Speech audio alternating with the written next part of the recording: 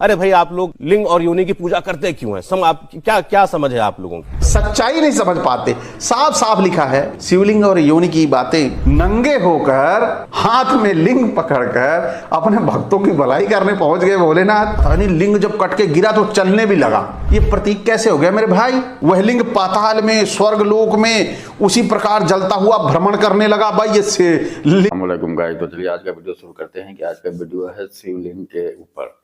तो चलिए वो वीडियो देखते हैं। और इस वीडियो में मैं ज़्यादा कुछ नहीं बोलूँगा क्योंकि ये किसी धर्म के ऊपर आधारित है, तो मैं कुछ नहीं बोलूँगा। जो धर्म वाले हैं वो लोग खुद आपस में डिस्कस कर रहे हैं कि कौन गलत है कौन सही है। तो चलिए वीडियो को देखते हैं। अब वीडियो को शुरू करते हैं कि कौन सही बोल रहा है और कौन गलत बोल रहा है। तो वीडियो को शुरू करते हैं। साफ कहूं तो वैसे तो कई लोग कहते हैं घर में शिवलिंग नहीं रखना चाहिए, लेकिन जो लोग रखते हैं या जो मंदिरों में जाते हैं, बच्चों को ले जाते हैं, तो वो समझा नहीं पाते कि हम किन की पूजा करने के लिए आए। और इसका उपहास मैंने टीवी पर देखा, एक व्यक्ति बैठ करके बड़ी अभद्र भाषा में बात कह रहे थे। उन्होंने कहा, आप हंसते हंसते उपहास उड़ाते कि अरे भाई, आप लोग लिंग और योनि की पूजा करते क्यों हैं? आप क्या समझ है आप लोगों की? आप देखिए क्या होता है कि जिन लोगों को उस विषय के बारे में जानकारी नहीं, एक छोटी सी बात कहता हूं। एक अब टेक्नोलॉजी ये आ गई है कि यदि कोई व्यक्ति बैठा है तो उसके जो मेंटल वेव्स हैं उसका ऑरा दिखाई पड़ता है। उसको मैं नाम भूल रहा हूं, एग्जैक्टली वर्ड मेरे दिमाग से निकल रहा है। तो अब ये बात आई कि जब भी कोई व्यक्ति अच्छी मेंटल स्टेट में, आप खुश हैं, तो आपकी तरफ के ऑरा का वाइब्रेशन बड़ा स्मूथ होता है। जब आप दुखी होते हैं तो वो डिस्टर्ब होता है। यहां तक साइंस को दिख गया है। अब इसके आगे ये किया गया कि जब आप ध्यान लगा के बैठते हैं तो ऑरा आपका स्मूथ होने लगता है। स्मूथ होने के साथ पैराबोलिकल होने लगता है। अगर जाकर कहीं चेक करें तो आपको यह दिखेगा कि जब आप कोई व्यक्ति पूर्ण ध्यान की अवस्था में हो, उसका ऑरा लिया जाए तो वो बिल्कुल वैसा ही दिखेगा जैसा कि शिवलिंग के आकार का दिखता है। अब इसीलिए तो मैं कह रहा हूं। और शिव क्या है? ध्यान लगाइए तो वो उसके देवता हैं। इसीलिए शिव जी के पास तीसरा नेत्र है। तीसरा नेत्र किसका है? ज्ञान का प्रतीक है। तीसरा नेत्र खोलते ही क्या भस्म होता है? कामदेव भस्म होते हैं। कामदेव किसके प्रतीक हैं? वासना के प्रतीक हैं। इसीलिए हमारे यहां पुरुषों में तिलक और स्त्रियों में बिंदी लगाने की प्रतीक थी, क्योंकि सारा अनुसंधान तीसरे नेत्र पर है। और तीसरा नेत्र कब खुलता है? जब आंख बंद करके आप ध्यान में जाते हैं। इसलिए मैं कह रहा हूं कि उन चीजों के बारे में जिसको नहीं पता, ये जानते कुछ ऐसी बात है। मैंने बचपन में एक फिल्म देखी थी, शायद लेट 60s की थी, ब्लैक एंड व्हाइट जमाने की, भूल रहा हूं। उसमें जितेंद्र एक अशिक्षित व्यक्ति बने हुए हैं। वो ट्रेन में अंदर आते हैं और वो अपना बहुत बड़ा सा एक जो बोरा लादे होते हैं, वो चेन पुलिंग वाले उस पर टांग देते हैं। ट्रेन रुक जाती है। अब वो आता है, जो टीटी देखता है, वहां तो पता लग जाता है ना किस डिब्बे से ट्रेन खींची गई। आके देखता, कहता ये किसने टांगा? उसने कहा जी मैंने टांगा। कहता इसकी वजह से ट्रेन रुक गई। कहता क्या आप हमको बेवकूफ बना रहे हो क्या? जो अपने पेट में इतने सैकड़ों हजारों लोगों को लेकर चलती है, वो इसे खींचने से रुक जाती है। इतना बेवकूफ हमको मत समझिए। तो ऐसी ही बुद्धि उन लोगों की है। ना जानकारी की वजह से, ना पढ़ने की वजह से पहली बार वो शब्द सुनते हैं तो आघात सा पहुंचता है, लेकिन वो आघात नहीं पहुंचना चाहिए। आगे चलते हैं। आप हम पुस्तक के अंशों की ओर तो किताब खोल के बनाते हैं। शिव पुराण से दारूवन की कथा का वर्णन। शिव पुराण से दारूवन की कथा का वर्णन। ये सीन है, दारूवन नाम का एक उपवन था। उसमें भृगु ऋषि का आश्रम था। उसमें बहुत से शिव भक्त, तपस्वी जन, ऋषि लोग भृगु ऋषि के साथ निवास करते थे। एक दिन वे लोग यज्ञ के लिए समिधाएं लेने वन में गए हुए थे। उनकी अनुपस्थिति में शंकर जी वहां चले गए। तब क्या होता है देखिए, श्लोक है, मैं स्किप कर रहा हूं भाई, क्योंकि इसे स्किप करना इसलिए जरूरी है कि थोड़ा क्लिष्ट भी होती है संस्कृत और अपनी समझ से बाहर है। तो जो हिंदी रूपांतर है उसी से ही हम लाभ लेते हैं, क्योंकि हमारे जो देशवासी भी हैं वो हिंदी बहुत अच्छी समझते हैं। तो जो बहुत अच्छी हिंदी समझते हैं तो वो हिंदी में ही दिया जाए तो अच्छा है। ये शिव पुराण से लिया गया है, जो संस्कृत का श्लोक आप देख रहे हैं। शिव पुराण। इसी समय में साक्षात नील लोहित शंकर जी विकट रूप धारण किए उनकी परीक्षा के निमित्त वहां गए। यानी जो दारूवन था वहां पर परीक्षा के लिए उन लोगों की जो ऋषि मुनि थे उनकी परीक्षा के लिए वहां पर गए वो। और जब वहां पे गए तो क्या वे साक्षात दिगंबर, दिगंबर माने सर्वथा नंगे। दिगंबर का मतलब है कि शरीर पर कपड़ा नहीं। हमारे जैन के जो लोग हैं उन्हें दिगंबर इसीलिए कहा जाता है वो कपड़े नहीं पहनते, और जो कपड़े ना पहने वो दिगंबर। और यहां पर शिव जी उसी दिगंबर रूप में अति तेजस्वी विभूति रमाए हुए कामियों के समान। अब कामियों के समान मतलब इसमें लिखा हुआ है भाई दुष्ट, लेकिन अब शिव की बात है, दुष्ट कहना गलत हो जाएगा, नहीं लोगों को तकलीफ होगी, तो अपन लोग जो लिखा है भाई वही पढ़ेंगे। लेकिन कामियों के समान, अभी बोल दे किसी को तुम कामी हो और कामी होकर अपने घर में जाओ तो घर वाले पीट देंगे। तो लेकिन अब भाई ये जो ग्रंथ हैं वो लिखे हुए हैं यहाँ पे ऐसी ऐसी बातें शिव के लिए, लेकिन तकलीफ नहीं होती है क्योंकि पढ़ते ही नहीं, पता ही नहीं क्या क्या लिखा गया है, कैसे कैसे कहा गया है। तो कामियों के समान चेष्टा करते हुए हाथ में लिंग धारण किए हुए थे।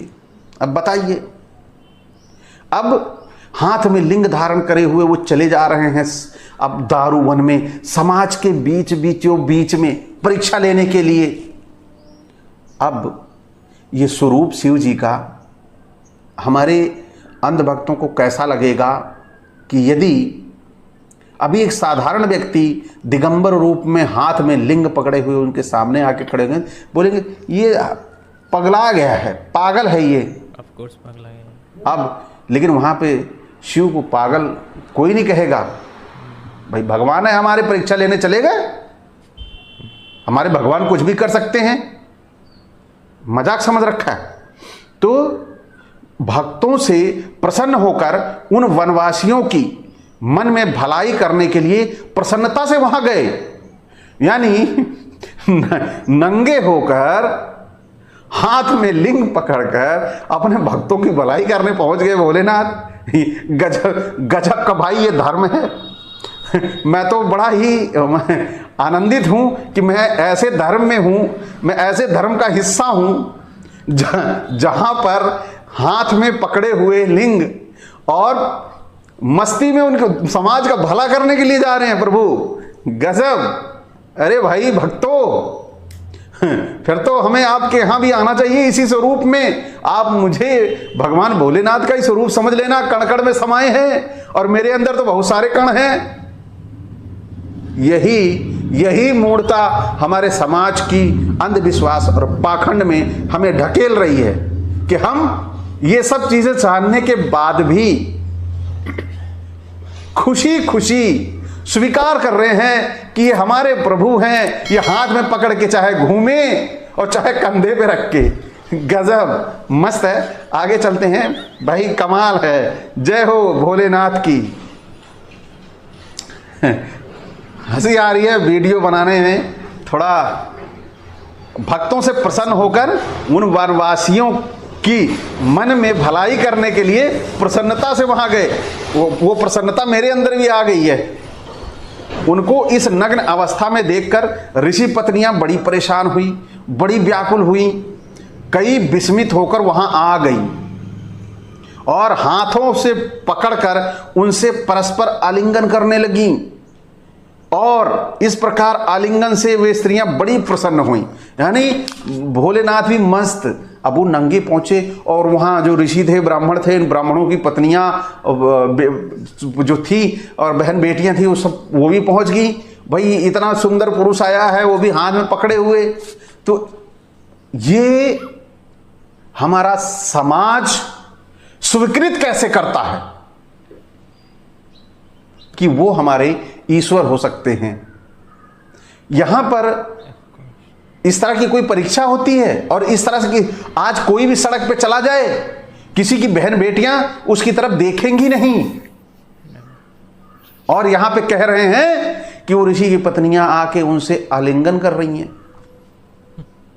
ये बहुत गलत लिखा हुआ है, ऐसा किसी की बहन बेटियां नहीं करेंगी, लेकिन यहां पर दिखाया हुआ है कि वो कर रही हैं।